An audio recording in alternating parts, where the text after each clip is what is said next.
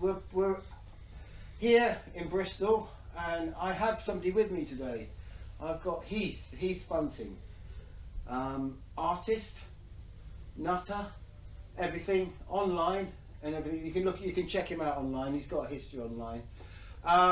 Irrational.org, IRATIONAL, no double R.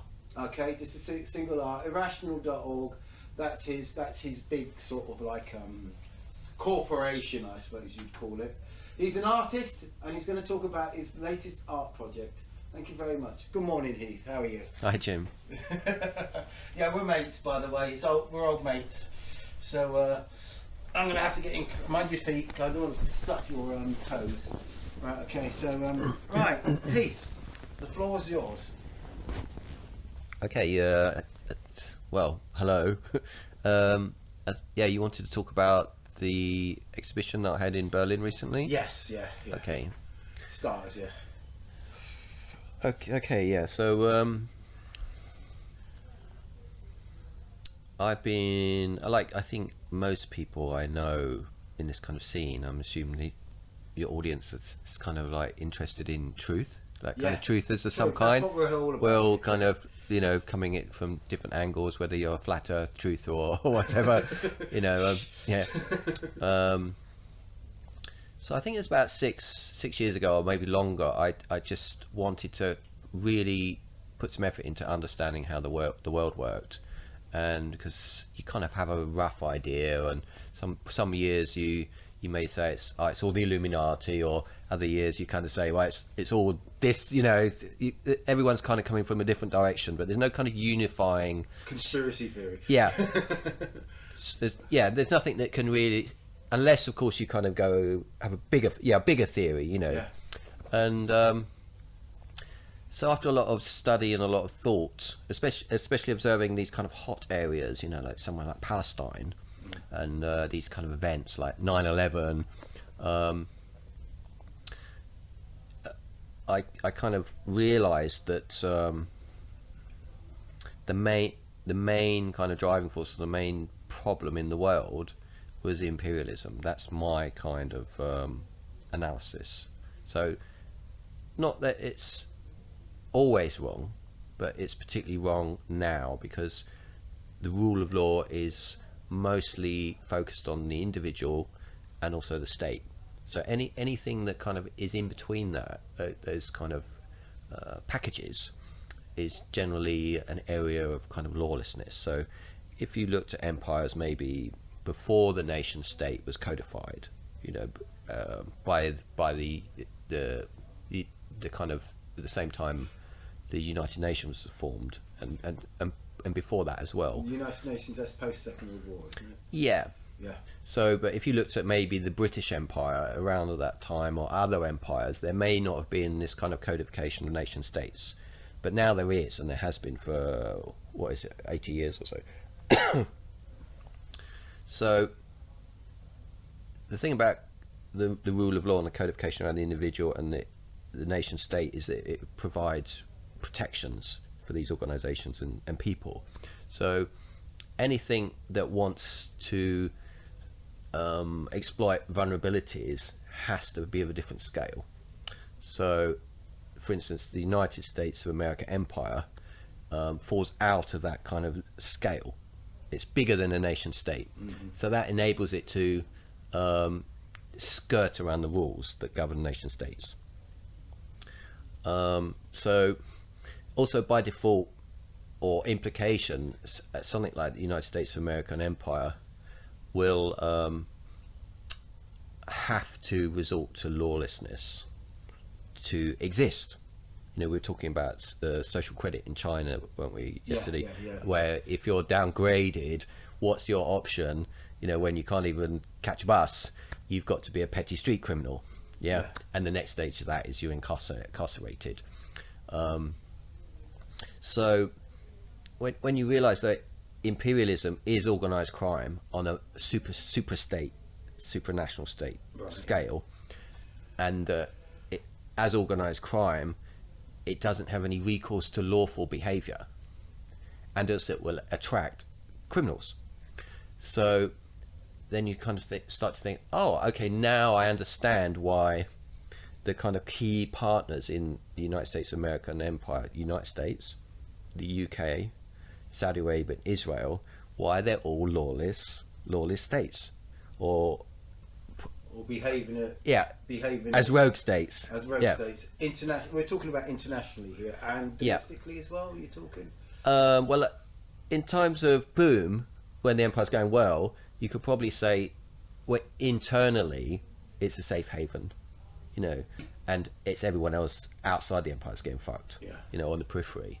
So, the key part, I just outlined the key partners in the empire, but then of course there are all the other kind of countries that are subjects to the empire. So all of the countries in the European Union, like South Korea, Japan, Australia, these are all, they're not core members, but they have to toe the line, so they would be involved. Like Australia send troops to invade or help occupy Afghanistan.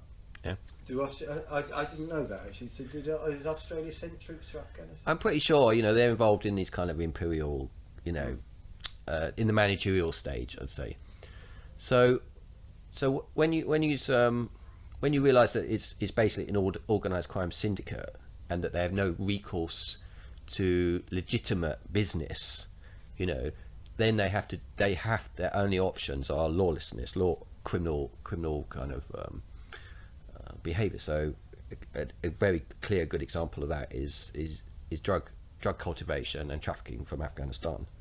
Since I call it the USAE, United States of America Empire, as occupied. Keep going. You have to excuse me just a second.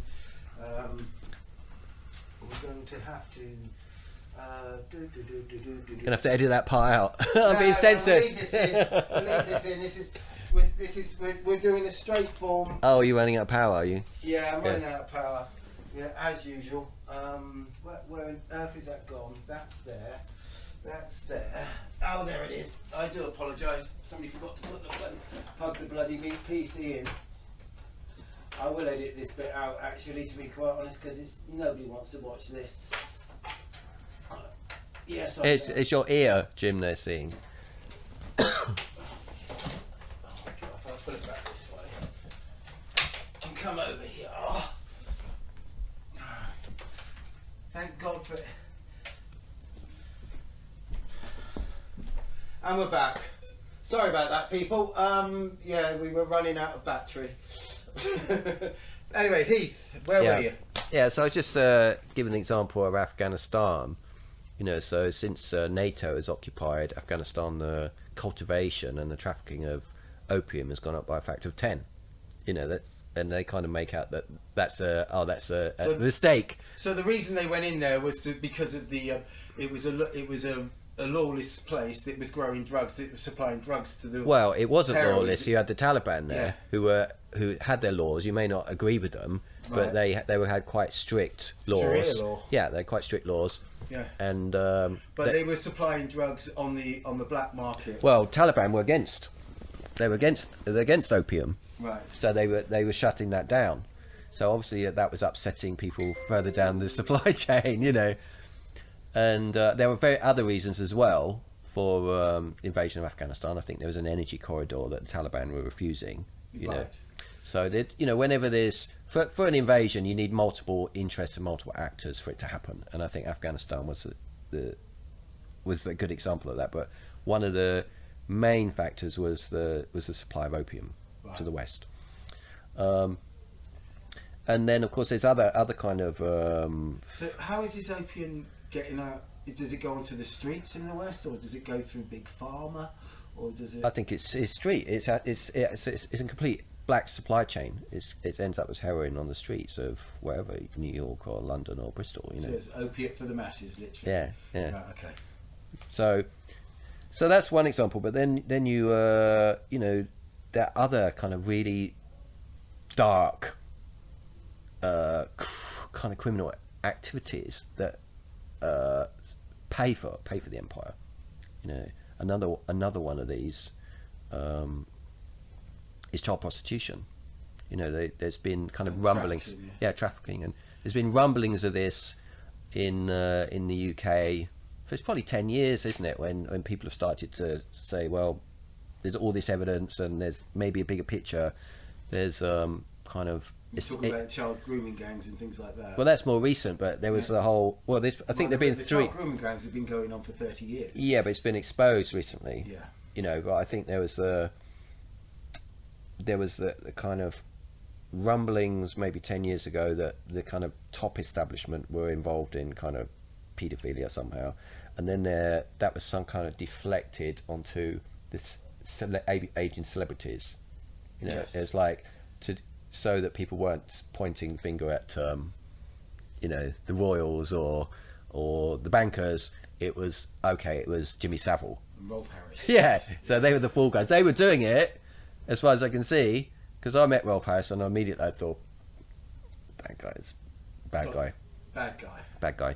Yeah. So So when did you meet Rolf Harris? Sorry to... I was in Soho. I was in the cafe there. Yeah. Called the Living Room. It's the kind of place like you just hang out all day and take your laptop or do interviews. You know, I had an interview there with, I can't remember, like the Guardian or something, and it just finished and Rolf Harris came in. You know, and like we were talking yesterday about psychopaths. Yeah. Yeah. I thought, Rolf Harris, oh cool, and then you're like, oh, actually this guy's a psychopath. Right. And the first thing he was doing was checking everyone out for sex. Who's available for sex? Right. That's his habit. I admire his energy. Anyway, we're digressing here. Yeah. But then, more recently, there's been this whole kind of exposure. I'm not saying it's recent behaviour. Exposure of child grooming gangs. Yeah. So it's what I try to do is look at the bigger picture. And I know that, for instance, that intelligence agencies use sex for blackmail and have done for a very long time. Also involving children.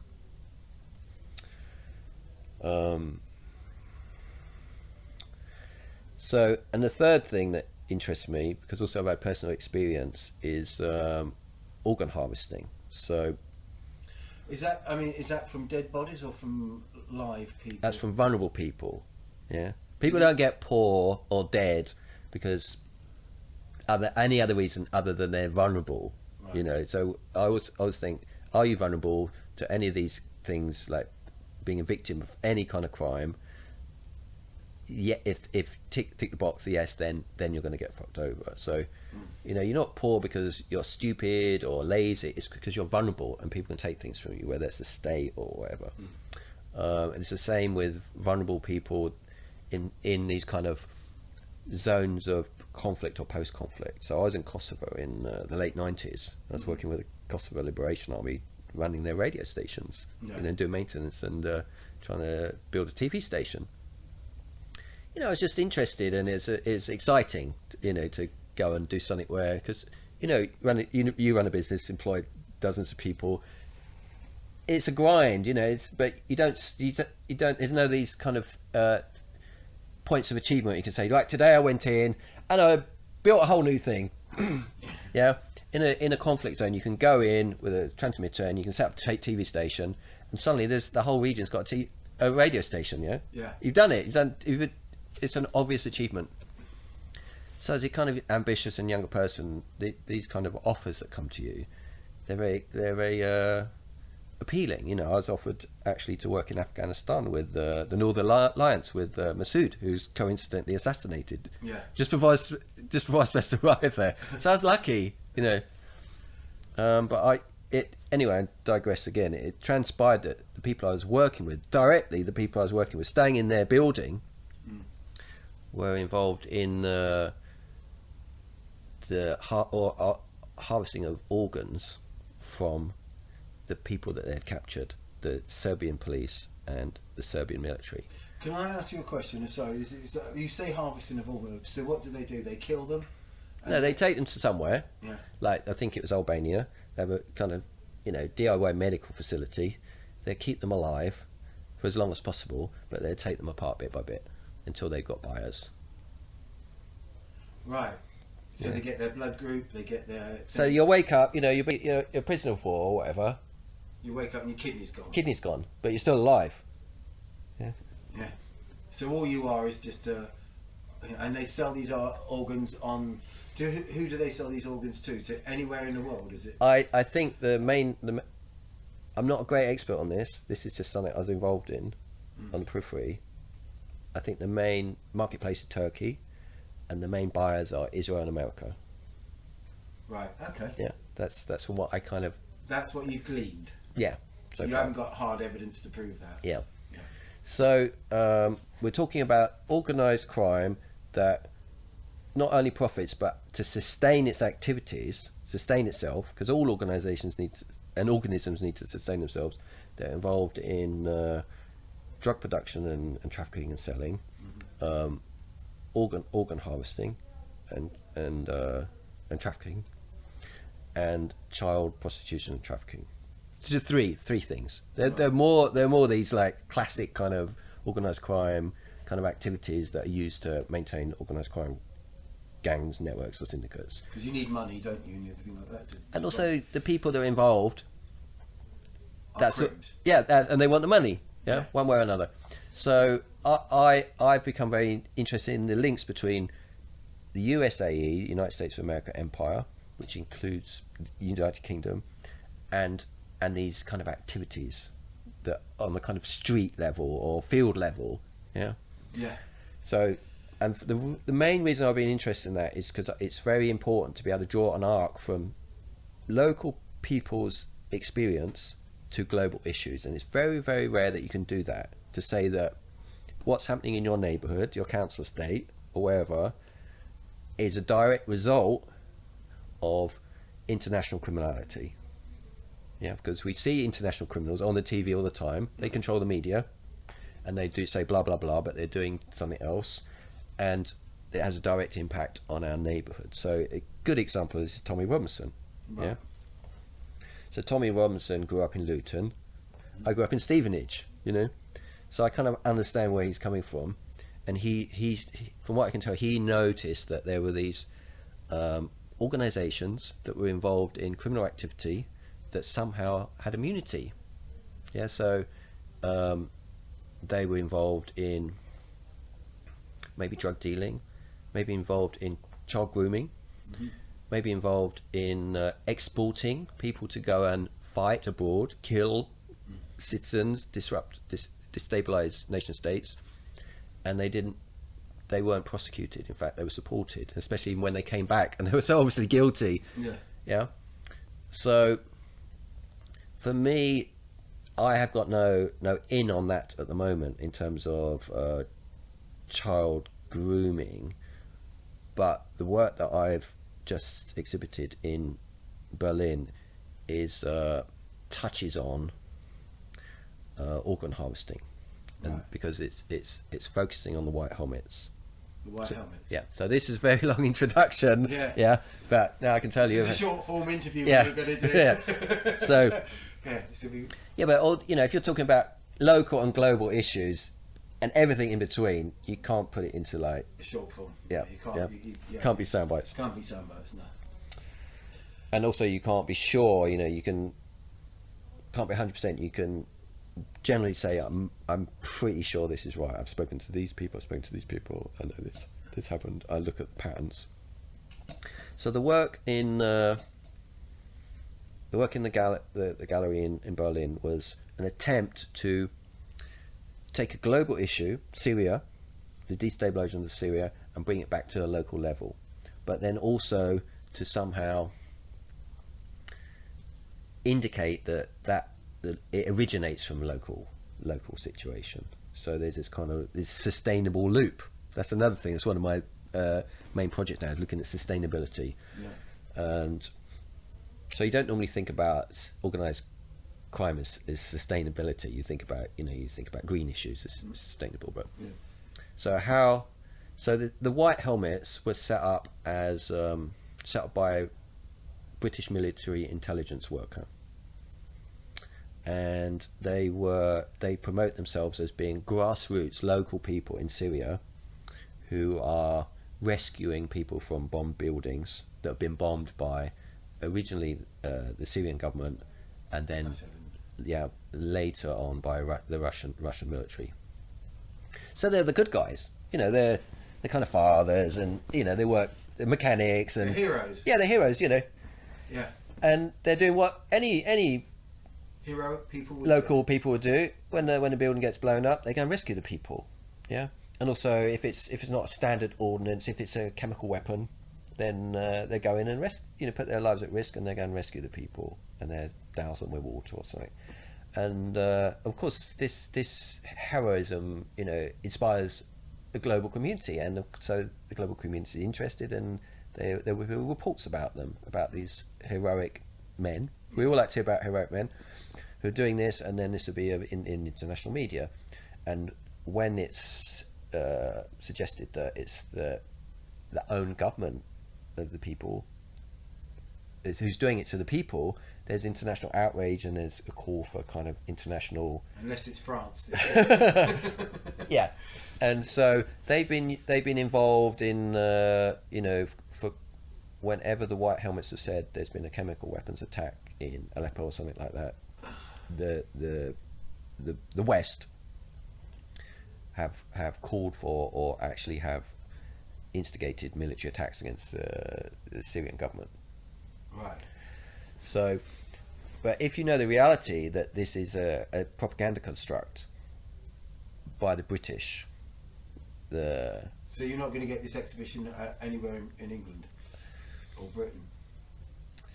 Oh, I don't know. The thing about the core.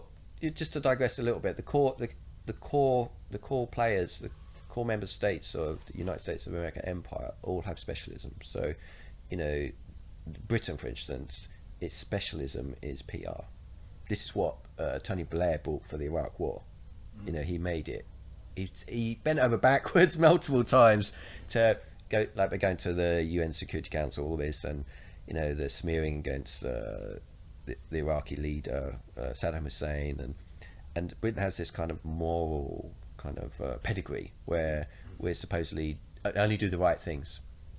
So Israel brings a kind of spiritual dimension to the empire, and America obviously brings the financial and Britain, as we the used to military. say, plays the white man. Yeah, yeah. So again, Britain has been involved in the kind of like whitewashing and smearing and the propaganda. So what's the reality behind the white helmets then? If you're saying that they're sort of like they're presented to us as heroes. Yeah. Well, if you want to read some really good articles, read articles by Vanessa Beeley. Vanessa Beeley. Yeah, who's actually a daughter of I think an ambassador. Right. Yes, British ambassador. And Ava Bartlett, who I think she's French Canadian. Ava Bartlett, French Canadian. Yeah.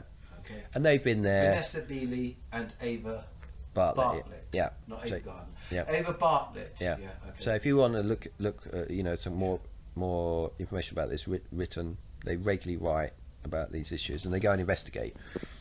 And if you read something about Vanessa Beeley recently, she would be talking about how the white helmets have been involved in organ harvesting of the people they rescue. Yeah, how fucking dark can I swear on this? Yeah, How dark can this get? These guys are supposed to be like the local heroes. Sworn several times. Go and rescue, and you're like, oh great, the white helmets come. I've been bombed by my own government, but the reality is they're You're all vulnerable. you're vulnerable. They're all Al Nusra Front or the kind of jihadist group operatives, but they've been dressed up as by the West and paid extra money, like 4 times their salaries, because Al Nusra Front, all that are So they're supported just by. taking these people that they're rescuing, taking them to field hospitals. And they come back. They come back. The bodies come back, but without their organs. So the local So people. they come back, the bodies come back dead. Yeah, they'll be taken over to. I think it was over to Israel, over the border to Israel, or Turkey, and you have to check on Vanessa Beeley give you the most details about that. But the local people would run away normally because they know what would happen. They got a broken leg or something from the conflict or a bullet wound, and the white helmets are coming to rescue you. You run like fuck. You get the fuck out of there. Yeah, because if they get a hold of you, you're going to be shipped out, have your organs harvested, and come back, in a box minus organs. Well, it's funny enough. It's funny. It coincides with that recent thing that in New York where they've sort of allowed full-term abortions. Okay, yeah, we were talking about it yesterday, so I don't know anything about that. Yeah, but the thing about it is one of the things that motivates that is the organ harvesting and the bits. Yeah. Yeah, that's what they want. Yeah. They want fresh bits. Yeah. And it's, you know, it's incredibly sinister. Like, you know, the whole thing of you know. But I'm always blown away about, you know, how humans can do this, you know, to one another. Like, you know. Yeah. So this exhibition is over now in Berlin. Yeah, I might show the work again. So the work was, because I wanted it to have a local impact, because I don't think, if you look at the UK government now, this nation state of the UK, it's fucked. You know, it's in deadlock. It has been for quite a while. Everybody's, whether because the kind of front of power has shifted down to the local level, or because everyone's compromised. All the politicians are blackmailed. Yeah, we were talking about that yesterday. Yeah. They can't do a good thing. Yeah. They've all got dirt on them. Yeah. But the local politicians, as far as I can see, there's in the UK there's like 1,300 local politicians. The intelligence agents haven't said, "Oh, these people are important. We've got to blackmail them all." They haven't done that yet. So what I did, I made a list, an emailing list of it was actually 12,600 local councillors that I found their email addresses of. And then so I sent them all a message saying the white helmets are being evacuated from Syria and they're going to be resettled in the UK, in our ward. So it's kind of indicating that I was a local constituent. Yeah. I never actually said I was, but it was implied. And it's going to say in the local ward. I didn't say our. It said in the local ward. How do you think that settling war criminals who've worked for the British intelligence services is going to affect local democracy and local community? Yeah, and the rule of law? How's that going to affect? How's that going to affect our your you know your? Did you get any answers? Yeah. So most of the answers that I got, well, some of them were people just obviously procedural answers. Are you in the ward? But the next big group were the councillors saying that I was a Russian agent, a Putinist. Are you a Russian agent? Not as far as I'm aware. You never know in this world, you know. Yeah, you could use the money. Yeah, so most of them, they came straight back and accused you of being a Russian agent. Yeah. The best one, actually, I didn't put that in the exhibition, I forgot to, it was from the Swindon chief exec, and it was almost if it had been written, the reply by British intelligence scriptwriters, and they'd obviously spent a lot of time and money in a response to me about how, you know, I got it all completely wrong, and all these, Ava Bartlett, Vanessa Beeley, they were all, you know, they'd got it all wrong. Yeah. And so just a flat denial. Yeah, but it was a bit more. It was offensive in the way that it was making me to be somehow misinformed or crazy. Yeah. Whereas the best thing to do with people. Yeah. Whereas the others were more direct, and they're just saying, you know, you've fallen for Russian propaganda, or you're an Assad apologist, etc., etc. And then so there was, in the exhibition, there was the printout of the 12,600 email addresses, and then there was the email that I'd sent to the councillors, and then there was, like, say 20 responses from them. But then the final thing that I showed was an email from a long-term friend who's a British intelligence worker, and I get to ask him one or two questions every 6 months. You know, they have to be very well, you know, crafted. He can say yes or no or something like that, you know, because he's still active. Yeah. And I asked him why the white helmets were evacuated from Israel, or to Israel from Syria. He said to avoid embarrassment to the British intelligence, because if they were captured by Russia or the Syrian government, they would you know, they'd spill the beans. Yeah. Yes, we were set up and funded by the British, and we've been involved in all of this stuff. Yeah. And so that's why they've been evacuated. They've been evacuated to UK and Canada to keep them quiet, get them out of harm's way, and to pay them off. So these people who have been involved, and it's been revealed recently. So they're basically they're the on-the-ground troops for the criminal activity. Yeah, that's right. Yeah. So I mean, and the reason for the criminal activity is just purely money, because there's a lot of money in human organs. Yeah, that's one of the reasons. One of the things they've been involved in. But all these kind of jihadist groups have been involved in oil smuggling. Mm-hmm. To Israel via Turkey again. Right. Yeah. So you're saying like these jihadi groups are not sort of like purely sort of like pursuing Islam, but they're actually pursuing they're just criminal gangs like any other criminal gang. Well, I'm not an expert on the psychology of extreme Islam, but you probably have to be a criminal looking for a reason to go out and kill people. Yeah. Yeah. That anyone who's has a spiritual practice, one of the first things you want to do is to get rid of your violent impulse, isn't it? Yeah. Yeah. And so. Well, no, actually, the Quran, the latter stages of the Quran does actually say that to be accepted into heaven, you've got to go out and do jihad. Yeah. Which is, I mean, the early stages of the Quran is sort of like quite peaceful and quite loving, but it just the flavour changes towards the end, and the latter half of the Quran surpasses the earlier part of the Quran. Yeah. And you have the 5 pillars of Islam, they're all about peace. But then you've got the Quran itself, which actually says you have to sort of go out and commit jihad. And, it's like one of those other things, others everybody But for instance, if you're an Islamic scholar, you'd probably balance those, the beginning and the end, and you'd say, well, there's some good parts and bad parts in that. And, you're on the spiritual path one way or another. Yeah. So my thing is the scandal that I'm trying to kind of expose or show is that these jihadist groups in the UK have got immunity.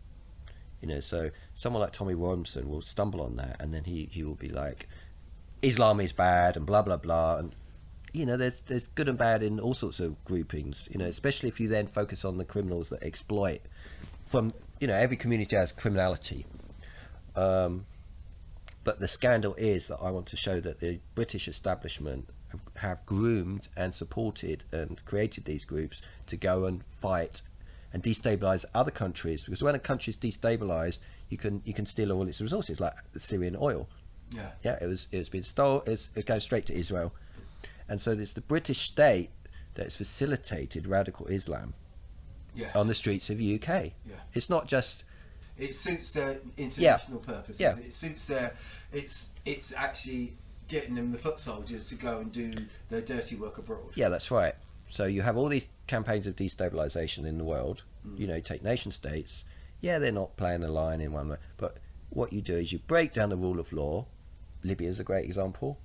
As soon as Libyan state was destroyed, all the gold went over to America.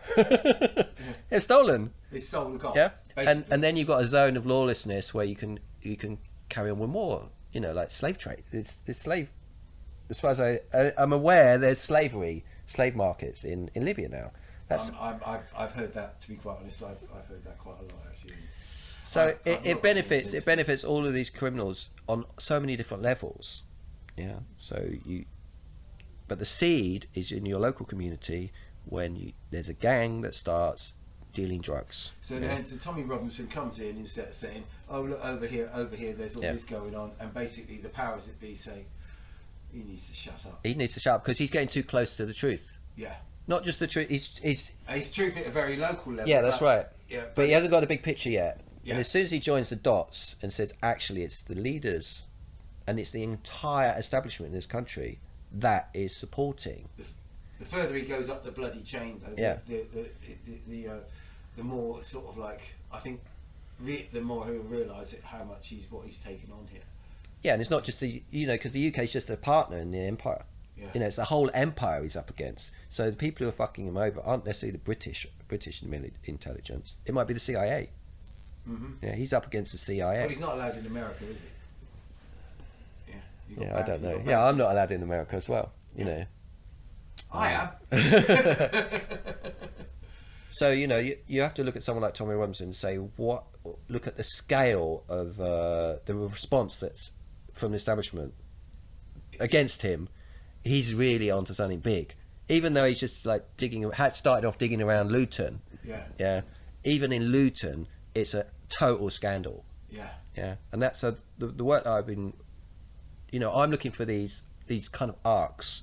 So you take what's going on in the council estate, and you take what's going on in the community in Syria, and you can draw a line, a responsibility, a consequence. Yeah. And that's very, very, very hard and very rare to be able to do. Say, okay, how can I understand what's going on in Palestine, what's going on in St Paul's in Bristol, and see the link, and then you can say these are the people and the organisations responsible for this destruction, this lawlessness, and this chaos. And and who are these people fundamentally? Are we talking about government leaders? Are we talking about people that have no names? It's everybody. We live in an empire, so we're everything apart in the UK for sure is contaminated. All debate. So even like the Brexit debate, I would say that the whole reason we had Brexit and it's not working and it's just a contamination is because it was a desperate attempt to try to avoid talking about imperialism. Brexit, the Tories have been talking about Brexit for decades. And Labour. Okay, but it's been Jeremy there. Corbyn, But as soon as Jeremy Corbyn comes along and there's a growing anti-war movement, what's his kind of activist level kind of very activist on the group? What was it called? Can you remember? What? Oh God, that was. Was it 100,000 people joined the Labour Party because of Corbyn? Yeah. It was like peace activists. So there was a desperate need from the empire to smash the peace movement. So from what I can see, the Tories were like, we got dirty washing, we kept it under wraps. It's like this. It's civil war within the Tory party. EU good, EU bad. And Corbyn's coming along. He's bringing with him peace movement. We got to break it. So what we do, we unleash our own festering wound, contaminated, and we're gonna spread it across the whole country. And there were good reasons and bad reasons. It's a valid debate, Brexit. But its primary purpose has been to split the anti-war movement and split the whole country. It's been a divisive, and still is very effective divisive. Divide and rule. Yeah. So what's your next exhibition? Well, I'm just waiting for the next. This one touches on organ harvesting. I'm very interested in child trafficking, child sex. Because it's so. I'm a father like you. How dangerous is this actually digging into this sort of thing? Well, as I said yesterday, I don't know individuals. I'm not naming names. Right. Yeah. Because I know if you do that, you're going to die. Yeah. But or have your organs harvested. So, I'm an artist, and so I'm trying to produce an example, but then can be seen as a framework to interpret other things going on in your community or global events. So I've drawn this arc between jihadists in Luton, or all local communities, because you said who's responsible. I'd say we're all responsible. We're responsible because we all haven't yet opened our eyes, or some of us are being bought off, or some of us are staying quiet, or some of us are full-time operatives involved in this kind of, the whole families like in the UK that for multi-generational, who are involved in like the opium trade in China, that force their way into China so that they could sell drugs.